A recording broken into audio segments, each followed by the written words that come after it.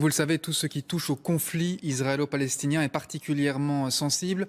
On va donc tenter de bien comprendre ce qui se passe là-bas. Bonsoir François Dubuisson, vous êtes professeur de droit international à l'ULB.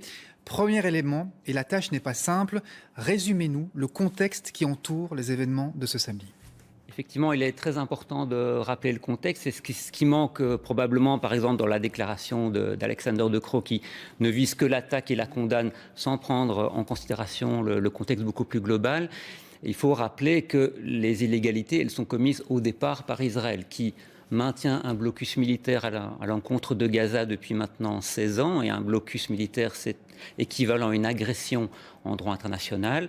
Plus généralement, il y a l'occupation de l'ensemble du territoire palestinien, qui s'accompagne d'une colonisation qui ne fait que s'accroître, avec des tas de mesures de répression à l'encontre de la population palestinienne, des destructions de maisons notamment. Donc il est difficile de faire l'impasse sur tous ces éléments de contexte pour comprendre qu'à un moment donné, ici, on voit que le Hamas a voulu, disons, rompre les lignes, bouleverser la situation, parce qu'on assiste aussi à une impassivité totale de la communauté internationale, que ce soit les États-Unis ou l'Union européenne, qui continue finalement d'entretenir des relations économiques normales avec Israël.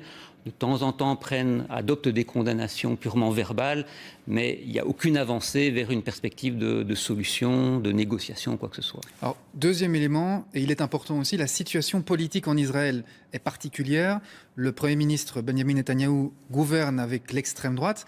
En quoi cela a-t-il eu éventuellement un impact, ou en quoi est-ce que ça peut avoir un impact sur ce qui va se passer dans les jours et les semaines qui viennent ? C'est-à-dire qu'effectivement, ce gouvernement qui est extrêmement marqué à droite, avec des partis qu'on peut véritablement identifier comme étant fascistes et d'extrême droite, a mené à l'adoption d'une série de mesures depuis le début de ce gouvernement qui vont dans le sens d'un accroissement de la colonisation, d'un accroissement même de mesures d'annexion de la Cisjordanie, et puis dernièrement des modifications de ce qu'on appelle le statu quo à l'esplanade des mosquées, qui est toujours une question extrêmement sensible sur le statut des lieux saints de Jérusalem.